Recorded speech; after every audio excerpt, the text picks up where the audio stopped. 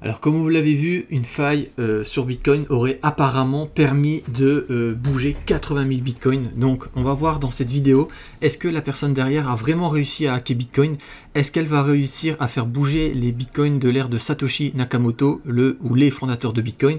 Est-ce que le Bitcoin va pouvoir résister à cette attaque? Est-ce que le Bitcoin va s'effondrer? On va voir tout ça ensemble dans cette vidéo à travers une enquête passionnante qui a été menée par Cybertux. Allez, c'est parti!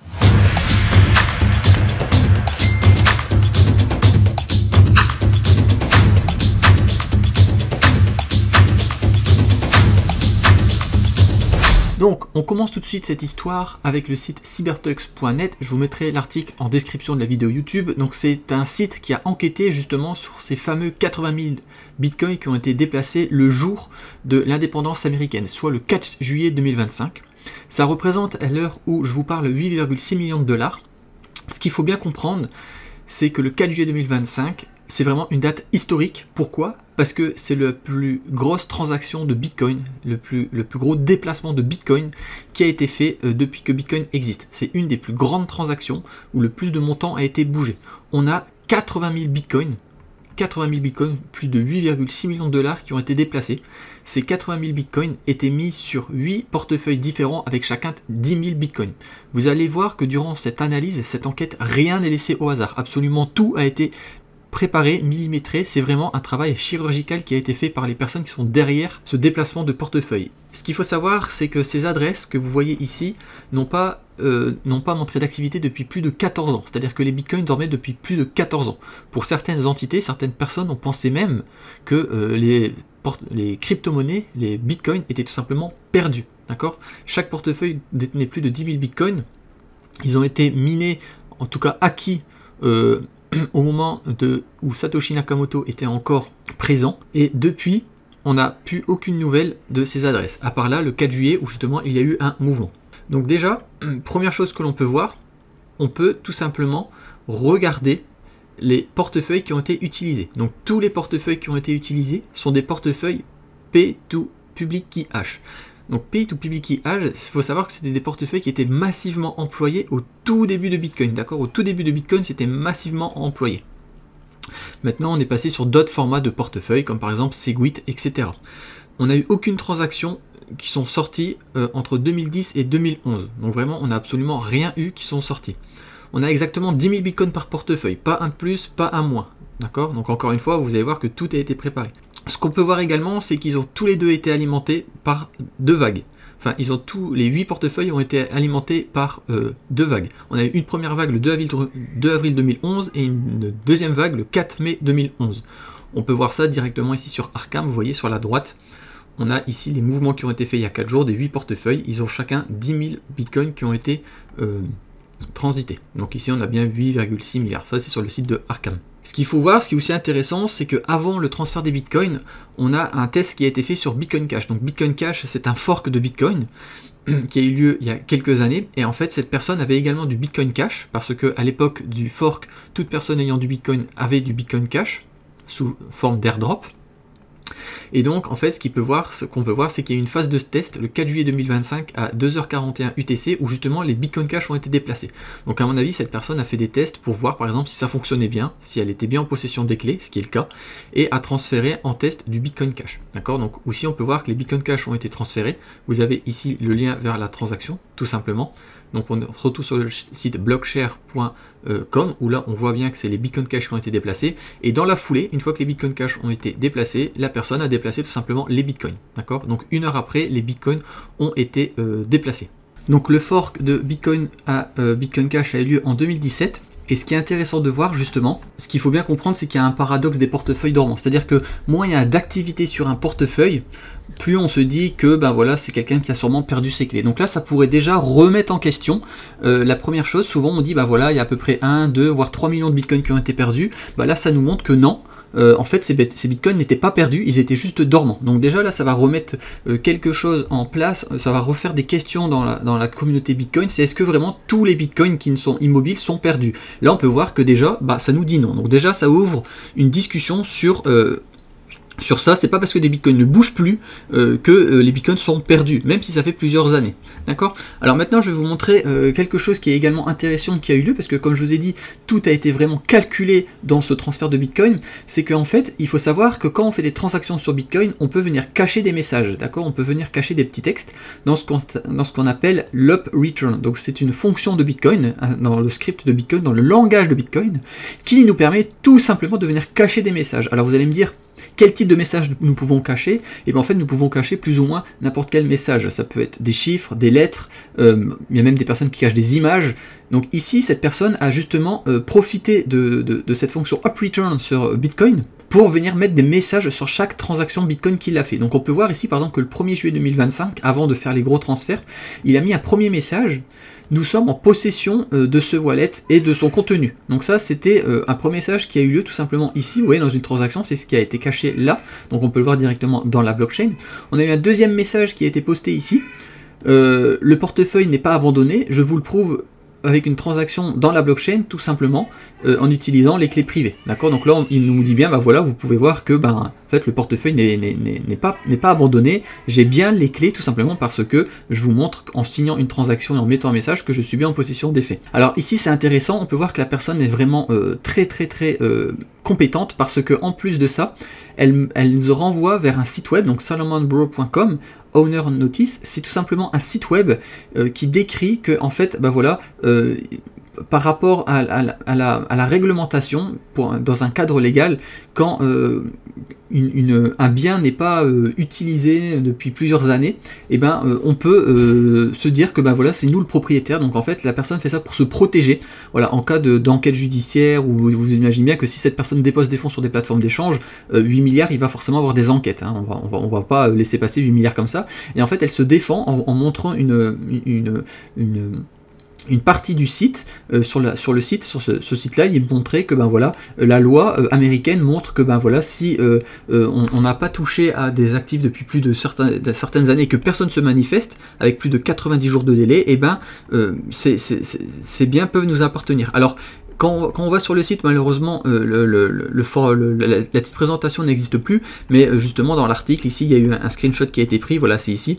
Vous voyez en fait que la personne explique légalement que pour elle, elle a le droit d'avoir accès à ces fonds. Donc ça nous montre bien que la personne, à mon avis, c'est une personne qui a récupéré l'accès à ce portefeuille après plusieurs années, et elle nous montre bien que légalement, elle a le droit, même si tout le monde pensait que les bitcoins étaient abandonnés, elle a le droit légalement, et il y a des textes de loi qui le montrent, qu'elle a le droit de récupérer tout simplement ces bitcoins. Donc on a eu plusieurs autres signatures. On a eu par exemple ici une série de chiffres. Donc ça, cette série de chiffres, ça vient de la fameuse Lost Number. Donc c'est en fait une intervalle de chiffres qui fait référence à la série télévisée Lost. Alors c'est une petite énigme.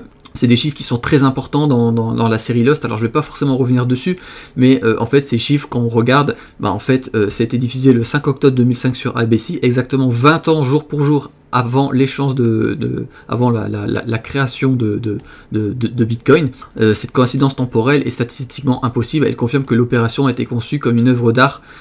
Voilà, en fait, ces chiffres-là qui ont été saisis là, les gens ont enquêté dessus. Donc ça a été inspiré de la série Lost, et ça nous montre que voilà, il y a vraiment plein de choses qui collent avec ces chiffres-là. Donc ça a été le dernier message signé que la personne a fait avant, comme je vous ai dit, de faire le transfert de Bitcoin le 4 juillet. Alors ici, je vais encore vous montrer quelque chose qui est encore qui n'est pas laissé au anodin. L'analyse nous a montré qu'en fait les fonds qui ont été transférés, ils ont été transférés vers une adresse qui contient le mot fuck. Alors vous le voyez peut-être ici à l'écran. On a le mot fuck ici. En fait, ça c'est pas une coïncidence, c'est pas quelque chose qui a été laissé au hasard. Bien évidemment, ça a été voulu par la personne qui a créé ces adresses. Alors vous allez vous demander comment c'est possible d'avoir une adresse qui contient le mot fuck. Mais en fait, tout simplement, il faut savoir que sur Bitcoin, on peut générer des centaines et des centaines de milliers d'adresses. C'est ce qu'on appelle des vanity addresses. Donc on fait ça souvent avec des ordinateurs assez puissants. Ça nous montre bien que la personne derrière avait aussi des connaissances techniques. Donc elle n'a pas seulement des connaissances légales, mais aussi des connaissances techniques, et elle a généré des centaines et des milliers d'adresses pour avoir une adresse qui contient le mot fuck, d'accord? Donc voilà, c'est comme si qu'en fait, sur votre ledger, par exemple, à chaque fois vous générez de nouvelles adresses, jusqu'au moment d'obtenir une adresse qui contient un mot que vous voulez. Par exemple, le mot PayPal, le mot Amazon, le mot Cybertux. Là, la personne a attendu d'avoir le mot fuck pour justement envoyer des fonds vers cette adresse, d'accord? Donc bien évidemment, elle est en possession de cette adresse, qui contient le mot fuck, mais encore une fois ça vous montre bien que même les adresses de réception sur lesquelles elle a envoyé les fonds, eh ben, ont été préparées à l'avance, d'accord? Donc là on arrive justement sur une autre partie, comme je vous ai dit, toutes les adresses étaient des adresses public to key hash. Donc comme je vous ai dit, c'était vraiment des adresses qui ont été créées au tout début de Bitcoin, donc à ce moment-là, on n'avait pas les fameux BIP39 avec les seed phrases, vous savez, avec tous les mots, etc. On avait vraiment une clé privée par adresse, donc c'était vraiment un autre monde par rapport à maintenant, où on a vraiment des seed phrases simples à retenir. Avant, il fallait vraiment avoir une clé publique et une clé privée, d'accord? Et en plus de ça, la qualité avant pour générer ces fameuses clés privées n'était pas forcément aussi pertinente et puissante que maintenant. Donc ça vient justement à remettre en question. Donc c'est une autre question qui se pose, bien évidemment, à travers cet article, c'est est-ce que la personne derrière n'aurait pas réussi justement à trouver une faille, trouver une vulnérabilité dans cette génération de clés, ce qui voudrait dire qu'en fait elle serait capable de pratiquement retrouver l'accès à beaucoup de bitcoins qui ont été créés à cette époque sous le format public to key hash. Alors moi personnellement je ne pense pas, mais en tout cas c'est quand même une question à se poser, c'est ce qui est noté dans l'article. Est-ce qu'on n'aurait pas quelque chose qui aurait été exploité, voilà, la personne derrière aurait trouvé un petit exploit permettant de retrouver à partir d'une clé publique les clés privées qui ont été générées avec ce format de clé. D'accord. Alors bien évidemment ça voudrait dire que beaucoup de bitcoins seraient en danger. On aurait aussi par exemple potentiellement les bitcoins de l'ère de Satoshi qui seraient en danger, parce que à ce moment là, au moment de l'ère de Satoshi, c'était des bitcoins qui étaient créés sous le format Pay to Public Key Hash. Là maintenant on est sous un autre format, le format Segwit, mais ça remet également quelque chose en question. Donc l'enquête va nous montrer si c'est quelqu'un qui a retrouvé l'accès à ses fonds. Ça peut potentiellement être quelqu'un par exemple qui était en prison pendant plusieurs années, ou quelqu'un qui avait perdu son portefeuille qui l'a retrouvé. Si c'est ça, c'est plutôt rassurant. Par contre c'est vrai que si c'est quelqu'un qui a trouvé une faille dans les premières adresses de Bitcoin, ça serait plutôt important, et ça pourrait remettre en question la sécurité de Bitcoin. Voilà, donc par rapport à ce que je vous parlais tout à l'heure, que la personne est vraiment calée sur le point de vue juridique, en fait c'est ça. Ce qui est résumé sur ce site, voilà, ici ce qui était résumé, c'est tout simplement ça. J'ai pris possession de biens abandonnés, donc c'est les fameux bitcoins qui n'avaient pas bougé depuis 14 ans. Je les ai rendus publics, ce que la personne vient de faire en publiant plusieurs transactions. J'offre un délai de contestation de 90 jours. Sans contestation, je deviens propriétaire propriétaire plein et légitime de ces bitcoins. C'est un concept juridique qui est établi sur plusieurs choses. La doctrine de l'abandon, donc tout ça c'est des lois américaines. Adverse possession, donc la prescription acquisitive, la règle des 90 jours. Et en fait c'est une stratégie qui est vraiment redoutable, parce que tout ça c'est des choses qui sont réelles. Et en fait si l'entité derrière ne se réveille pas, d'accord, donc la vraie personne on va dire qui possédait à la base ces bitcoins ne se réveille pas, et ben en fait ça voudrait bien dire que légalement, suite à ce que je vous ai montré, le site ici, à cette page là, légalement la personne qui a prouvé qu'elle avait les fonds serait en possession de ces bitcoins, et ça serait donc ces bitcoins à elle. Donc ça c'est ce qui était expliqué sur le site. Donc je vais pas rentrer plus en détail dedans, parce que je pense pas que c'est ce qui vous intéresse le plus, le légal. Nous on va continuer un peu sur l'analyse des transactions qui ont été faites. Alors également quelque chose qui est très troublant, c'est qu'en 2013 un utilisateur sur Bitcoin Talk, donc il faut savoir qu'à l'époque il n'y avait pas grand chose comme forum, il y avait principalement que Bitcoin Talk, avait déjà évoqué que l'une de ses adresses avait été perdue et que les fonds pouvaient être récupérables. Donc maintenant on comprend mieux pourquoi, en fait à mon avis c'est quelqu'un qui avait perdu ses fonds, et les fonds ont réussi à être récupérés parce qu'il y a un message qui a été posté à l'époque sur Bitcoin Talk, tout simplement ici. Donc on voit bien que c'était en août de 2013. Ce qu'il faut savoir aussi, c'est que en fait ça remet vraiment en question un peu les implications de Bitcoin. Voilà, si une faille vient d'être une faille sur ces portefeuilles aurait été révélée, ça pourrait remettre en question un peu la sécurité qu'il y a autour de Bitcoin. Ça pourrait aussi imaginer si c'était il y avait vraiment une faille, ça pourrait avoir un impact économique assez important. Ça pourrait même provoquer un fast crash sur les marchés. Ça pourrait aussi impacter et faire avoir une crise de confiance sur le Bitcoin. On pourrait avoir une fracture communautaire, la communauté pourrait se diviser, parce que si les anciennes adresses sont vulnérables, qu'est-ce qu'on fait? Est-ce qu'on fork? Est-ce qu'on ne fork pas? Donc voilà, il y a beaucoup de choses qui vont être remis en question suite à ces transferts.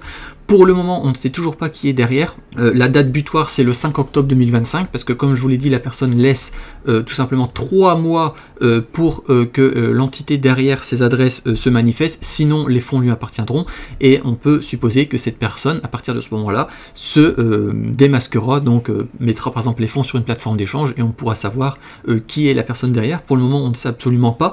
Certaines disent que c'est Kay Wright, donc quelqu'un qui se faisait passer pour le créateur de Bitcoin, d'autres disent que c'est la NSA, enfin voilà, on ne sait vraiment pas qui est pour le moment derrière ces Bitcoins-là. Ce qu'on sait juste, c'est qu'il va forcément avoir des répercussions, que ce soit sur la liquidité de Bitcoin dans les prochains mois ou la sécurité de Bitcoin. Ce qu'il faut également comprendre, c'est que dans tous les cas, les anciennes adresses Pay to Public Key Hash, ça fait un moment que la communauté Bitcoin en parle, et tout le monde commence à se mettre plus ou moins d'accord sur le fait qu'il va falloir mettre à jour toutes ces anciennes adresses. Donc qu'est-ce que l'on fait? Est-ce qu'on détruit ces Bitcoins? Est-ce qu'on les laisse en jeu? Est-ce qu'on les burn? Est-ce qu'on les déplace? Comment on fait? Parce que en fait, voilà, il arrive un moment où même si aujourd'hui en 2025 ce n'est peut-être pas le cas, mais peut-être que dans quelques années une faille sera trouvée sur ces anciens portefeuilles et comme ça des mouvements de Bitcoin pourront apparaître. Ça remet également en question la propriété numérique, parce que là la personne nous a montré via des textes de loi que elle pouvait être en possession des fonds si personne se manifestait sous 90 jours. Donc voilà, donc il y a vraiment énormément de choses à faire. Ce qui est sûr, c'est que ça a été un exploit technique et aussi artistique, la façon dont les fonds ont été déplacés et préparés. Vraiment, tout a été les dates choisies, tout a été vraiment très très bien choisi. Ce qu'il faut également voir, alors c'est qu'il y a beaucoup de choses, je ne vais pas tout vous détailler, mais vous savez le site que je vous ai parlé tout à l'heure, en fait dedans où l'adresse où héberger le site, elle n'est pas hébergée n'importe où. En fait, elle a été hébergée tout simplement à une adresse qui est connue, c'est la 733 3rd Avenue, et en fait c'est une adresse où c'est le siège de Einstein Amper. Donc Einstein Amper, c'est un des cabinets les plus réputés en forensique crypto. Donc là vous êtes sur le site, d'accord. Alors vous allez dire oui, bon je comprends pas trop pourquoi tu nous parles de ça. En fait c'est tout simplement parce que c'est des personnes qui sont très très impliquées dans la crypto, mais c'est aussi Gary Elford, c'est l'homme qui avait démasqué à l'époque Dread Pirate Robert, donc c'est Ross Ulbricht, vous savez, qui a été justement libéré par Donald Trump, qui avait subi 2 peines à perpétuité de prison pour avoir monté le site Silk Road, qui était la plus grosse plaque de marché du dark web, où justement on pouvait payer en Bitcoin et utiliser le réseau Tor. Donc tout ça, ça nous montre que c'est quelqu'un qui est là depuis très longtemps, qui connaît justement tout ça. Et il a justement laissé un message aux enquêteurs, vous voyez, je connais vos méthodes, je connais votre histoire, je sais qui vous êtes et où vous travaillez. Ce qui veut donc dire que même les personnes qui enquêtent sur ça, la personne avait prévu tout ça en avance et elle savait que les gens allaient justement remonter à l'adresse du site web, allaient tomber sur cette adresse-là, etc., etc. Donc tout vraiment a été prévu.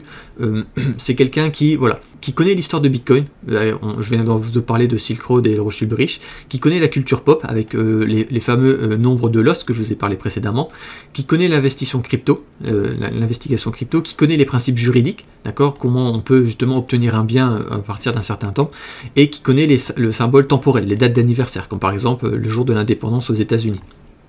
Donc il y a énormément de choses à dire, moi je vous ai résumé grosso modo. Ce qu'il faut retenir, c'est que l'enquête n'est pas terminée, on en saura plus dans les semaines et mois à venir. Nous on vous fera une petite update justement de qui était derrière ce transfert de fonds et pourquoi la personne a transféré les fonds. Est-ce que c'était pour les vendre? Est-ce que c'était justement pour les mettre sur une adresse Segwit, parce que les adresses Pay to Public Key Hash qui remontent au tout début de l'ère de Satoshi Nakamoto ne sont peut-être plus si bien sécurisées. Donc voilà, donc tout ça on vous tiendra au courant. En tout cas c'est une enquête vraiment qui est très passionnante. Je vais vous mettre l'article en description où vous allez pouvoir suivre justement chaque adresse de cette entité, voir un peu ce qu'elle fait, et puis nous, comme je vous ai dit, on se retrouve pour une prochaine vidéo où on vous fera un petit récap de la conclusion de cette enquête.